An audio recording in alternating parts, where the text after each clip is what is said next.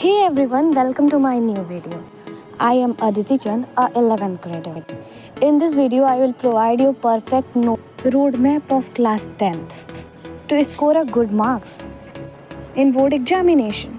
So this video is going to be very important for all 10th graders, so must watch the video. So let's start the video. Consistency is major factor.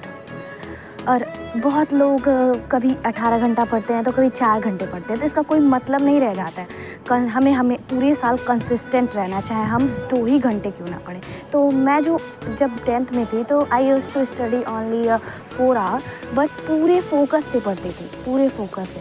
तो आपको भी, तुम लोगों को भी पूरे focus से पढ़ना होगा। तुम कितनी भी घंटे पढ़ लो, जितने घंटे पढ़ सकते हो, लेकिन रोज़ पढ़ना होगा। Second most important thing is revision. हम पढ़ तो बहुत सारा लेते हैं, लेकिन उसके बाद में हमें पता चलता है कि हमें कुछ याद ही नहीं है। तो रिवीजन एक बहुत की फैक्टर है किसी भी प्रिपरेशन के लिए। तो आप लोगों को रोज़ ही रिवीजन करना पड़ेगा।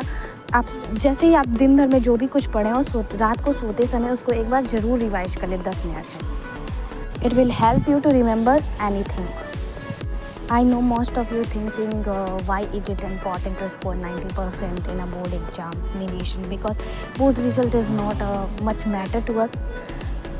हाँ, मुझे पता है कि बोर्ड एग्जामिनेशन हमारी लाइफ में इतना मैटर नहीं करता है, लेकिन ये हमें कॉन्फिडेंस प्रोवाइड करता है कि फ्यूचर में अगर हम कोई भी कम्पिटिटिव एग्जामिनेशन के लिए तैयारी कर रहे हो तो ये हमें एक कॉन्फिडेंस प्रोवाइड करता है that's we can do it. And family खुश भी होती है अच्छे मार्क्स से। तो that's why the good to score a good marks in a board exam is very important. Let's move to our third factor. Physical health is major factor. तो हमें रोज़ daily exercise करना चाहिए। अगर हम एग्ज़ाम के दिन ही बीमार पड़ गए या वीकनेस होगी तो हम कितना भी पढ़ लें तो हम एग्ज़ाम में अच्छी तरह से फोकस करके लिख नहीं पाएंगे। That's why physical health is most important.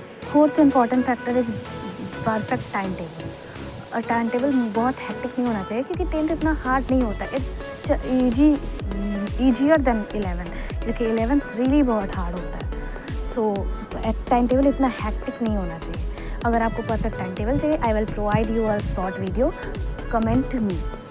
Fourth one is focus on NCERT. बहुत सारे बच्चों को मैंने देखा है कि वो डिफरेंट पब्लिकेशन की प्राइवेट बुक का यूज करते हैं, लेकिन क्वेश्चन अधिकतर एनसीईआरटी की बुक से आता है। रियली अगर मैं अपनी पेपर का बताऊं तो उसमें अधिकतर क्वेश्चन एनसीईआरटी का आया था, कोई भी बाहर से नहीं आया था। तो एनसीईआरटी से डायरेक्ट क्वेश्चन पूछा जाता है। तो एनसीईआरटी के जितने भी क्वेश्चन हो, जितनी भी लाइन्स हो, you have to remember it.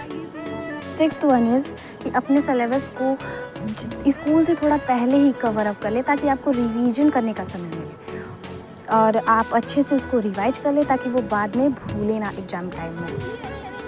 Previous year question को अच्छे से प्रैक्टिस कर लेना चाहिए, क्योंकि डायरेक्ट PYQs उठ के आते हैं एग्ज़ाम में। मेरे खुद उठ के आए थे यार।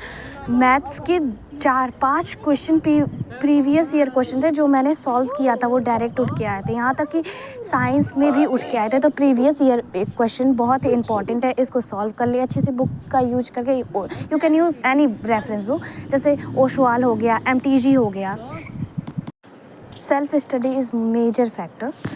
आप बहुत सारे लोग आप में से कोचिंग करते होंगे, कुछ लोग कोचिंग नहीं करते होंगे, इट डजेंट मैटर। लेकिन आप अपने को टाइम दें, कुछ समय, चाहे वो 2 घंटे हो, चाहे वो 3 घंटे हो, आपको खुद से पढ़ना होगा 3 घंटे। मैं जब 10th में थी तो मैंने कोई भी कोचिंग नहीं की थी, because I believe in a self study.